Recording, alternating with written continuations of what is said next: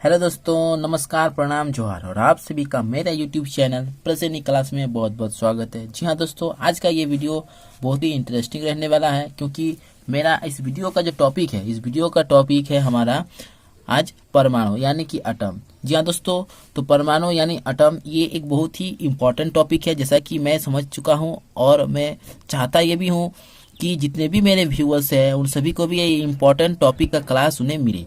तो चलिए दोस्तों, वीडियो को बढ़ने के पहले अगर आप मेरे चैनल में न्यू विजिटर्स हैं then please subscribe present class and also hit the bell icon all, ताकि मेरे हर लेटेस्ट वीडियोस का अपडेट आप तक सबसे पहले पहुंचे।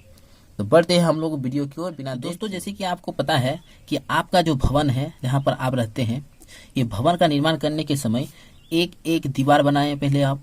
ठीक है, पहले एक दीवार, फिर उसके बाद एक और दीवार, उसके बाद एक और दीवार, इस तरह से कि कई दीवार, ठीक है, कई दीवार का समूह यानी कि एक ग्रुप जब बन गया तो आपको क्या निर्माण हो गया, आपके लिए एक सुंदर सा कमरा, जिस कमरे में अभी आप रहते हैं। ठीक है, फिर कई सारे कमरे, ठीक है, कई कमरे का जब समूह बन गया, एक ग्रुप बन गया। ठीक है, जैसे कि आपके लिए एक कमरा, आपके पेरेंट्स के लिए एक कमरा, आपके गेस्ट रूम, ठीक है, आपके लिए डाइनिंग रूम, इस तरह से कई सारे कमरे का जब एक ग्रुप बन गया तो आपके लिए क्या निर्माण हो गया दोस्तों, आपका सुंदर सा भवन, जो कि बहुत डिजाइन है, क्रिएटिव है। ठीक है, तो ये जो भवन निर्माण हो गया, तो ये भवन जो है, एक भवन जो कि एक विशाल भवन बन गया, ये एक जो आपके लिए बन गया विशाल भवन बन गया। तो ये विशाल भवन की, ठीक है, एक रचनात्मक इकाई होती है। ठीक है, रचनात्मक, ठीक है, रचनात्मक इकाई होती है। ये आपको बहुत अच्छे से समझ आया होगा क्योंकि आप खुद आपके घर की देखभाल, जितने सारे काम वगैरह सब आप किए हैं।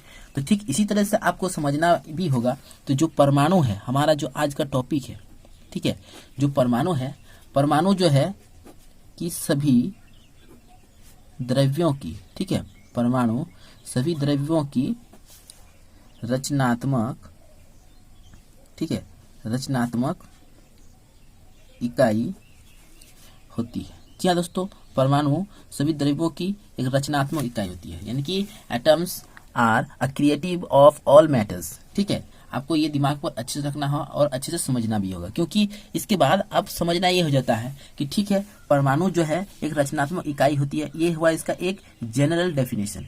अब परमाणु के बारे में एक अंग्रेज रसायन है, ठीक है, एक अंग्रेज रसायनज्ञ है, रसायनज्ञ यानी कि एक इंग्लिश केमिस्ट है। ठीक है, यानी कि इंग्लिश केमिस्ट है। तो उनका मानना है, तो उनका नाम है, आपको उनका नाम भी याद रखना है क्योंकि ये बहुत बड़ा इंपॉर्टेंट बन जाता है। उनका नाम है जॉन डाल्टन। जी हाँ दोस्तों, जॉन डाल्टन। तो जॉन डाल्टन के, ठीक है, उन्होंने क्या किए, जब इस परमाणु के बारे में अध्ययन किए, उन्होंने परमाणु के सिद्धांत के बारे में भी अपना एक डेफिनेशन दिया। ठीक है, उनका मानना था कि जॉन डाल्टन के परमाणु सिद्धांत, ठीक है, परमाणु सिद्धांत के अनुसार उनका जो डेफिनेशन है वो बहुत ही इंटरेस्टिंग है कि सभी द्रव्य, ठीक है, सभी द्रव्य, अब सभी द्रव्य कहने का अर्थ होता है तत्व, यौगिक और मिश्रण। जी दोस्तों, तत्व, द्रव, यौगिक और मिश्रण, ये सभी क्या है, इसको द्रव कहे जाते हैं केमिस्ट्री की भाषा में। तो सभी द्रव्य जो है सूक्ष्म, ठीक है, सभी द्रव्य जो है सूक्ष्म कणों से, ठीक है, आपको समझना होगा, सभी द्रव्य जो है सूक्ष्म कणों से बने होते हैं, कणों से बने होते हैं, उसे परमाणु कहते हैं। क्या दोस्तों, जो हमारे जो एक रसायनज्ञ थे, अंग्रेज रसायनज्ञ, इनका नाम है जॉन डाल्टन, उनके परमाणु सिद्धांत के अनुसार उन्होंने अपना एक डेफिनेशन दिया है कि सभी द्रव्य, चाहे तत्व हो, यौगिक हो या फिर मिश्रण, सब सूक्ष्म कणों से बने होते हैं, उसे परमाणु कहते हैं। तो दोस्तों, मैं समझता हूँ आपको ये तो समझ में आ गया, लेकिन अब क्वेश्चन यहाँ पर एक अराइज हो जाता है कि सूक्ष्म कणों, तो आखिर जो परमाणु है, तो परमाणु कितने बड़े होते हैं। ठीक है, अब क्वेश्चन हमारा एक यहाँ से उठता है कि परमाणु क्योंकि इस वीडियो पर मैं आपको परमाणु के बारे में पूरी जानकारी देना चाहूँगा। तो दोस्तों इसके लिए आप वीडियो को एक लाइक जरूर कर दें और वीडियो को शेयर भी जरूर करें, ताकि आपके फ्रेंड्स को भी एक क्लास उनको भी मिले। तो परमाणु कितने बड़े होते हैं, अब जॉन डाल्टन के डेफिनेशन को जैसे ही हम लोग स्टडी करेंगे तो हमारा प्रश्न ये उठता है कि परमाणु कितने बड़े होते हैं, क्योंकि अब ये जानना इम्पोर्टेंट हो जाता है। नहीं तो क्या होगा कि पूरी टॉपिक का जो कॉन्सेप्ट है वो कॉन्सेप्ट क्लियर नहीं होता है। तो दोस्तों आपको समझना होगा कि परमाणु जो होते हैं कि सूक्ष्म होते हैं, बहुत सूक्ष्म होते हैं। परमाणु के जो कण होते हैं कि बहुत सूक्ष्म होते हैं। जी हाँ दोस्तों, बहुत सूक्ष्म होते हैं। अब अगर आप पूछेंगे बहुत सूक्ष्म होते हैं तो भाई कितने सूक्ष्म होते हैं, तो अगर आपसे कहा जाए कि ये ऐसी सभी वस्तुओं से भी सूक्ष्म होते हैं जिनकी आप, अगर कहा जाए जिनकी आप तुलना या कल्पना कर सकते हैं, ठीक है, तुलना या कल्पना कर सकते हैं। तो दोस्तों मैं अगर आपसे कहूं कि ठीक है आप चलिए एक वस्तु की कल्पना कीजिए तो जो सूक्ष्म होते हैं, तो मैं समझता हूं आप बोलेंगे कि फेस पाउडर, जी ना, फेस पाउडर। क्योंकि आज के ज़माने में ये फेस पाउडर जो है इसका प्रचलन ज़्यादा है और इनका जो कण है बहुत सूक्ष्म होते हैं, जो कि दिखाई नहीं, महीन कण होते हैं। या फिर बहुत सारे कहेंगे नहीं सर सीमेंट, ठीक है, बहुत सारे कहेंगे कि सीमेंट का कण जो है बहुत छोटे हैं। तो जी हाँ दोस्तों, ये छोटे तो होते हैं लेकिन इनसे भी कहीं लाखों गुना छोटा होता है। तो कहीं छोटा होता है तो फिर भी एक क्वेश्चन तो अराइज होता ही है कि कितना छोटा होता है।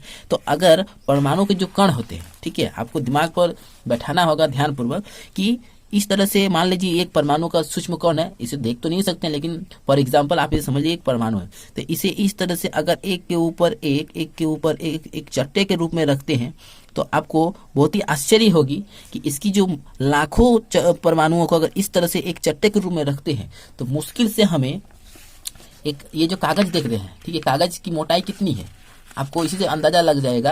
ये जो कागज है, कागज की मोटाई कितनी है, बहुत ही पतला कागज है, क्योंकि A4 साइज का क्वालिटी सेंचुरी पेपर है, लेकिन फिर भी देखिए इसका मोटाई जो है मतलब समझ में नहीं आ रहा कि 1 सेंटीमीटर होगा कि आधा सेंटीमीटर कि 1 मिलीमीटर, ठीक है। तो दोस्तों इसकी एक जो कागज की जितनी शीट की जितनी मोटाई होती है उतनी ही मोटाई होगी अगर लाखों परमाणुओं को इस तरह से एक के ऊपर एक अगर एक चट्टे के रूप में रखते हैं। तो दोस्तों इसी से आप समझ सकते हैं जो परमाणु होते हैं कि वो बहुत ही सूक्ष्म होते हैं। अब परमाणु सूक्ष्म होते हैं, इसके कारण परमाणु जो है, ठीक है, सूक्ष्म होने के कारण तो इसकी जो मापने की जो इकाई होती है वो भी बहुत ही सूक्ष्म कणों को मापने के लिए भी एक अलग इकाई होती है। तो परमाणु को, ठीक है, परमाणु को नैनोमीटर, ठीक है, नैनोमीटर मापक में, ठीक है, नैनोमीटर में मापा जाता है। तो आपको अब बड़ी ही आश्चर्य होगी कि 10⁻⁹, ठीक है, मीटर बराबर होता है 1 नैनोमीटर, ठीक है। आपको समझकर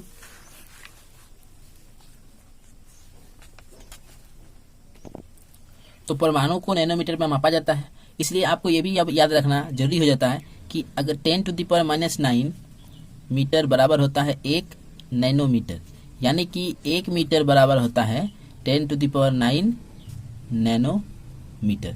जी हाँ दोस्तों, इसलिए आपको समझना होगा कि परमाणु जो है बहुत ही सूक्ष्म होते हैं। जैसे कि आपको पता ही चल गया कि लाखों परमाणुओं को अगर एक ऊपर एक चट्टे के रूप में रखते हैं तो मुश्किल से हमें एक कागज की शीट जितनी, ठीक है, मोटाई प्राप्त होती है। तो आप अंदाजा लगा सकते हैं कि परमाणु कितनी। तो दोस्तों इस वीडियो का अगला पार्ट यानी कि पार्ट 2 देखेंगे हम अगले वीडियो में बहुत ही जल्द। तब तक के लिए वीडियो को लाइक करें, कमेंट करें और शेयर करें, ताकि आपके फ्रेंड्स को भी एक मौका मिले इस टॉपिक को पढ़ने का। और वीडियो अगर अच्छा लगे तो चैनल को सब्सक्राइब करके बेल बटन को ऑल दबाना ना भूलें, ताकि मेरे नेक्स्ट वीडियो का जो नोटिफिकेशन आप तक सबसे पहले पहुंचे। Thank you for watching video. जय हिंद।